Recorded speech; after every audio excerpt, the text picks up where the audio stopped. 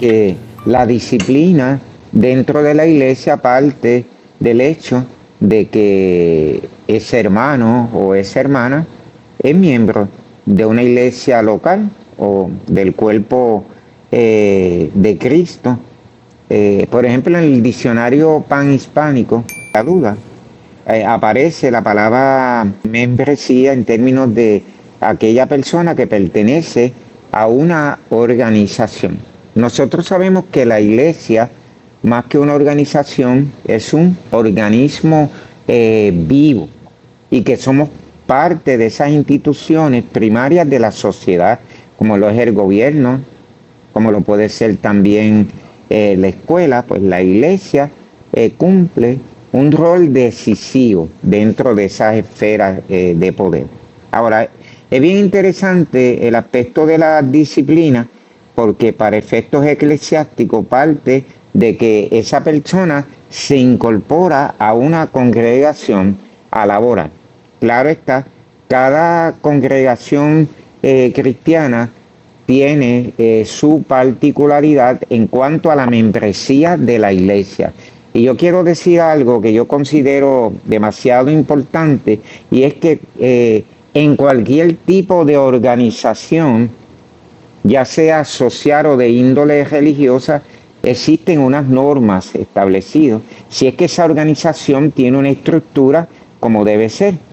El Nuevo Testamento y el Antiguo también habla de la disciplina de lo que es un miembro de iglesia, y aunque esa palabra no se utilizaba en el Antiguo Testamento, el concepto de iglesia, pero allí estaba el germen de lo que es la iglesia del Señor. Es propio hablar de que esa disciplina debe estar presente en todo momento. Ahora, pudiéramos mencionar en esta tarde o acotar que una cosa es la disciplina de que habla la Biblia y otra la disciplina que se inventa la gente, posiblemente para en una forma punitiva castigar a los demás con los cuales ellos puedan estar en desacuerdo. Y ya eso no es disciplina, eso puede ser manipulación, puede ser persecución, puede ser ínfula de prepotencia o de grandeza, porque ante el poder, que es tan peligroso el poder, hay que saber cómo actuar en un momento dado. La Biblia sí habla del aspecto de la disciplina, y esa disciplina parte también de un compromiso, porque tengo que pertenecer o ser miembro de una iglesia local. Eso entraña el compromiso que tengo, eso entraña hacia quién están dirigidos mis lealtades, debo decir, como cristiano. Y en Tito capítulo 3, versículo 10 dice: al hombre que cause divisiones después de la primera y segunda amonestación, deséchalo. Está en imperativo. Claro, uno tiene que saber cómo manejar todo el texto, y no solamente el texto, el contexto de ese texto, porque hay personas que cuando han visto que dentro de las iglesias ocurren situaciones particulares con un hermano, lo desechan literalmente, tanto así que cuando pasan por un lugar cruzan la acera para no saludar a esa persona, y eso ha causado problemas emocionales, problemas mentales en la vida de la gente. Este desechar que aparece aquí habla más bien de una acción dentro de la disciplina del Señor. Cuando accionamos o tomamos decisión en la disciplina, sí, lo tomamos con seriedad, lo tomamos con pinza por otro lado, pero también lo tomamos como forma de apacentar a la persona, de disciplinarla o de instruirla, y no de destruirla. No creemos en una disciplina punitiva, porque la Biblia no habla de esa disciplina punitiva para los hijos y las hijas del Señor. Y observa qué interesante lo que le menciona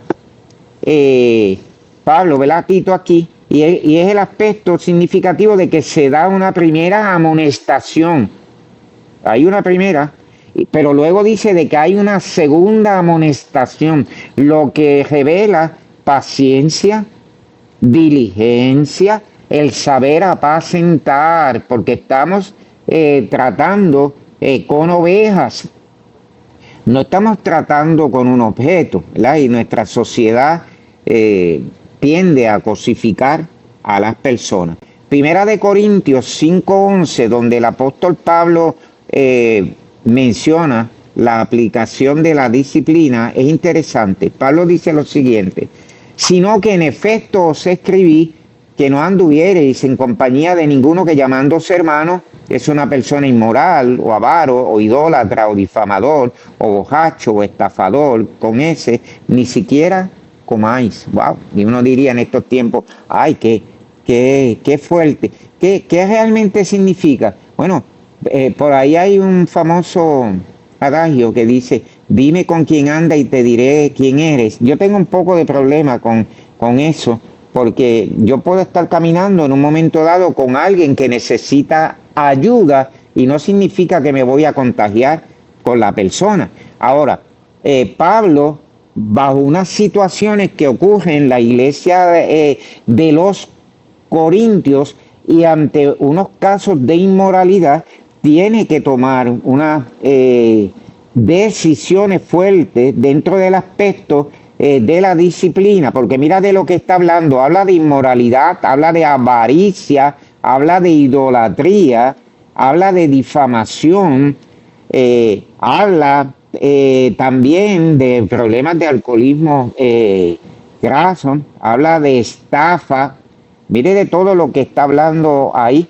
¿Y cuál es la realidad? Y en la vida real, independientemente de la vida de la iglesia, ¿estaríamos dispuestos realmente a tener comunión con alguien que es idólatra, que difama, que es bojacho, que es estafador? Es decir, me voy a unir a esta persona para sentarme junto con ella, como en el Salmo 1, ¿verdad? En silla de escarnecedores, para practicar esas cosas. La pregunta es medular y tiene una respuesta. Evidentemente no.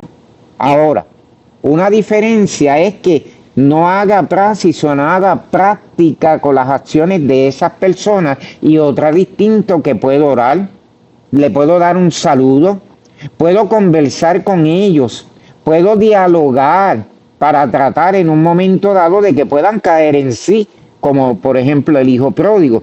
Lo que no puedo hacer es unirme a esas prácticas o a lo que ellos están haciendo en ese momento, que lacera por demás, que daña al cuerpo de Cristo, ¿verdad? Y en otras ocasiones Pablo usa también esa palabra de los mutiladores del cuerpo, ¿no?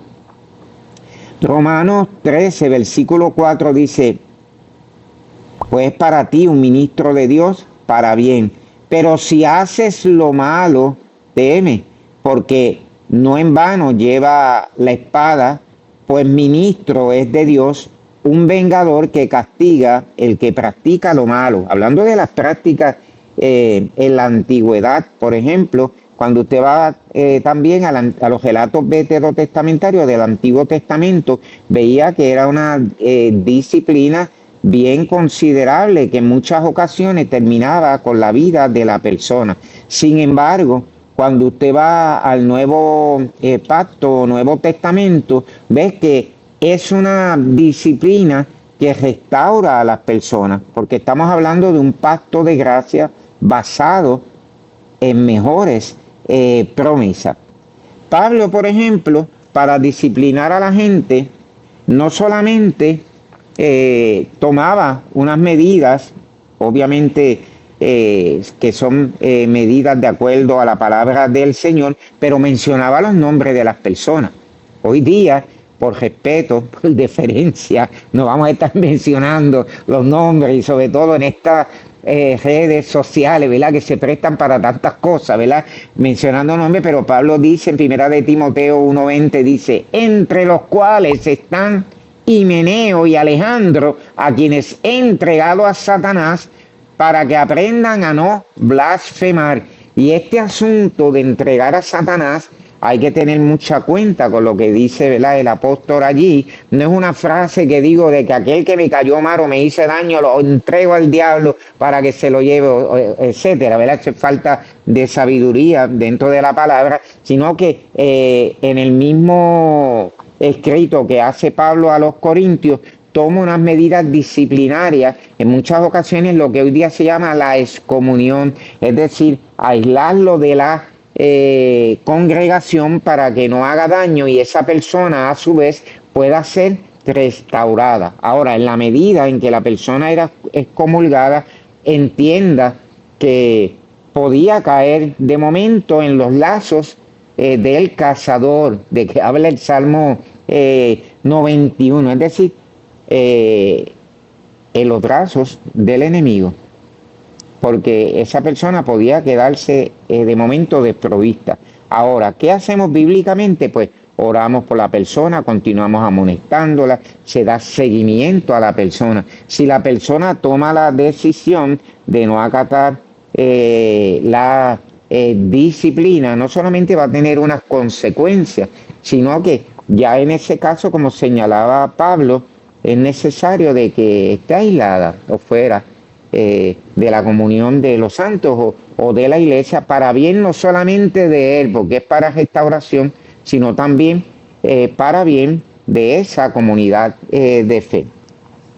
Que cuando analizamos, toda organización tiene sus reglas de ética o sus reglas de asistencia, ¿verdad? Y cómo no las va a tener la iglesia de Cristo. Ahora, bien atendidas y bien entendidas, no abusar del poder que nos ha sido dado. Es interesantísimo porque quiero acotar un señalamiento en Mateo 18, 15 al 17, dice, y si tu hermano peca, todos pecamos. Estamos hablando de la práctica del pecado, ¿verdad? Porque a todos se nos registra pecado. Si tu hermano peca, ve y repréndelo a solas. Mira lo que dice. Esa es la primera parte. Te vas tranquilamente y hablas a solas con la persona. Si te escucha, has ganado a tu hermano. Es decir, que llega a un plano donde se da esa restauración. Ahora viene el asunto, y si no te escucha, a la usanza judía, mira qué interesante, lleva contigo a de uno a dos más, para que toda palabra sea confirmada por boca de 2 o 3 testigos, que era la usanza judía. No era venir a decir, mira, aquí están estas personas y te vieron en la práctica o te vieron en tal cosa. No es de esa manera, sino que tiene que ser con unos testigos veraces. ¿Ah? Ahora, mira qué interesante. Ahora, si luego de los testigos rehúsa escuchar, dice, dilo a la iglesia. Y si también, ahora está hablando del colectivo, comenzó solo, con unos testigos, con la iglesia. Ahora, si rehúsa escuchar a la iglesia, dice, sea para ti como el gentil y el recaudador de impuestos. Mira el lenguaje que está usando, interesantísimo, ahí en el Nuevo Testamento. ¿Quién era el recaudador de impuestos? Bueno, lo que pasa, y Mateo había sido recaudador de impuestos. Los recaudadores de impuestos tenían mala reputación. Era como decir hoy un secretario de Hacienda, por ejemplo, en las naciones. Pero cuando muchas personas le decían, este es publicano, este es recaudador de impuestos, la gente decía, ese es un ladrón. Claro, eso es una generalización muy peligrosa, pero la realidad es que muchos de ellos que estaban a favor del sistema de Roma, en nombre de Roma y del gobierno, robaban descaradamente a la gente alrededor. Entonces mira lo que dice, si la persona toma esa actitud, tómalo como una de estas personas que se dedica a robar al pueblo y al erario público, es decir, tómalo también con desconfianza, ¿verdad? Porque esa persona puede hacer bastante daño si sigue en esa práctica. Tito 3, del 10 al 11 dice, al hombre que cause divisiones después de la primera y segunda amonestación, ya hemos dicho, deséchalo. Y cuando hablamos de desecharlo, es decir, parar las antenas, ¿verdad? Llevarlo a oración, llevarlo a atención para que las consecuencias no sean mayores. Porque segunda de Tesalonicenses dice, capítulo 3, versículo 15, sin embargo, no lo tengáis por enemigo, sino amonestadle como a un hermano. Es decir, que tiene que seguir el diálogo, la amonestación, el abrazo, ¿por qué no? La oración, la empatía con esa persona y no llegar al grado de marginarla, ¿bien? Primera de Timoteo 5:20 dice, a los que continúan en pecado, repréndelos en presencia de todos para que los demás tengan temor, ¿verdad? O desarrollen ese temor. Y por ahí seguimos, es que hay tanta escritura que nos hablan de ese aspecto de la disciplina que ha sido manoseado. Para mi gusto, en muchos lugares líderes eclesiásticos han manoseado la disciplina y han abusado del poder. Hay que tener mucho cuidado con esto. Y voy terminando con segunda de Timoteo en esta lectura, capítulo 3, versículos 16 al 17. Toda escritura es inspirada por Dios y útil para enseñar, mira esto, para reprender, para corregir, para instruir en justicia, a fin de que el hombre de Dios sea perfecto, equipado para toda buena obra.